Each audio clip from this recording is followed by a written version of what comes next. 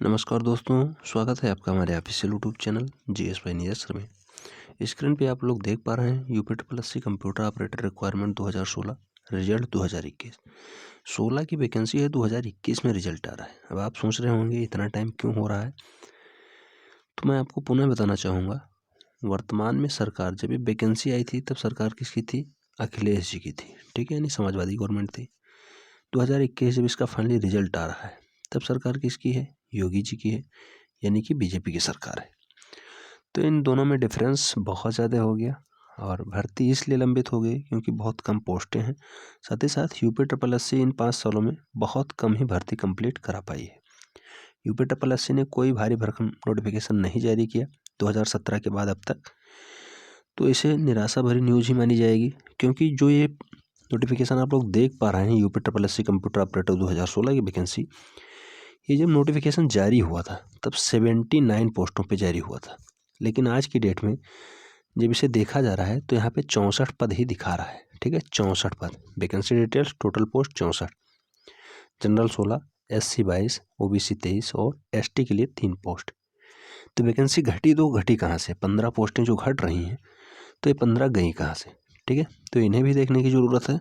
साथ ही साथ कमेंट के बारे में भी ध्यान देने की ज़रूरत है और उसके साथ साथ टाइपिंग के बारे में भी बात करेंगे। तो अगर हम लोग बात करते हैं वैकेंसी की, 2016 की वैकेंसी है यार, बहुत टाइम हो गया। 2/1/2017 में से एप्लीकेशन बिगिन हुआ था, 14/12/2016 अप्लाई ऑनलाइन लास्ट डेट थी 2/1/2017 और फी पेमेंट की लास्ट डेट थी 4/1/2017। लेकिन जो एग्ज़ाम हुआ 10 जनवरी 2020, 10 जनवरी 2020 को टोटल लखनऊ में 15 परीक्षा केंद्र बनाए गए थे, उस पे पेपर हुआ।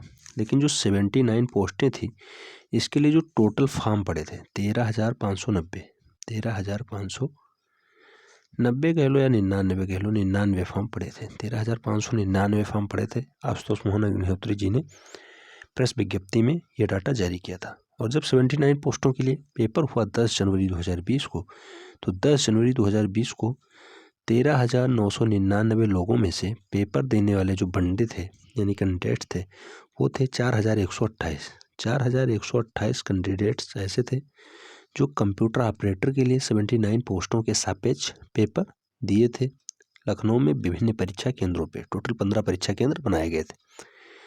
10 जनवरी 2020 को पेपर हो गया और 10 जनवरी 2020 से अभी तक कोई रिजल्ट के बारे में चर्चा ही नहीं हुई थी।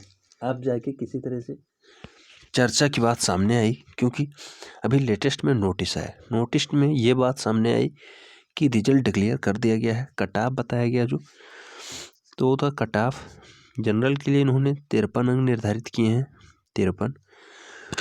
OBC के लिए 43 अंक निर्धारित किए हैं।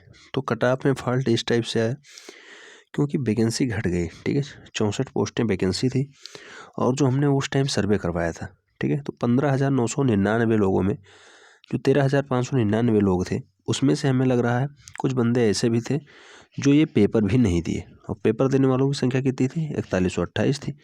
तो जो 4128 कैंडिडेट थे, हमें लग रहा है 4128 वालों की संख्या कम थी और दूसरा एग्ज़ाम देने वाले लोग ज़्यादा कमेंट कर दिए, क्योंकि कंप्यूटर ऑपरेटर हमें लग रहा है वो लोग नहीं समझ पाए। हमें लग रहा है जूनियर असिस्टेंट के लिए वो लोग कट ऑफ बतवा रहे थे इस टाइप से, या फिर कोई अदर परीक्षा देने के बाद वो लोग कट ऑफ के बारे में जानकारी दे रहे थे। इस टाइप से इसका कट ऑफ थोड़ा सा बेमेल हो गया है, लेकिन उसके लिए सॉरी।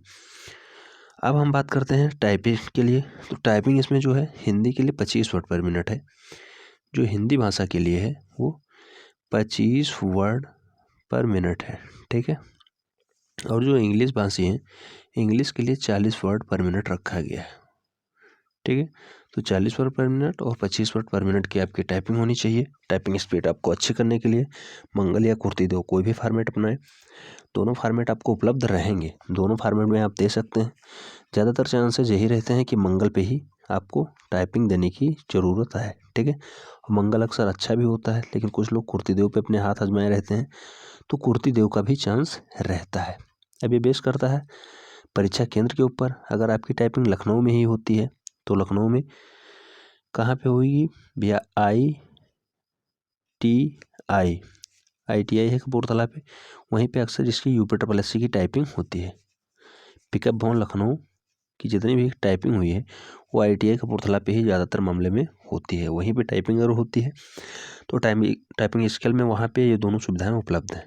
ठीक है, वहाँ पे हमने खुद कई टाइपिंग दिया है और साथ ही साथ ऐसी भी टाइपिंग दी है जो कई मायनों में अच्छी थी, जूनियर असिस्टेंट हो या फिर कोई दूसरी ऐसी वैकेंसी RO, ठीक है, तो ARO की टाइपिंग वहाँ हुई है।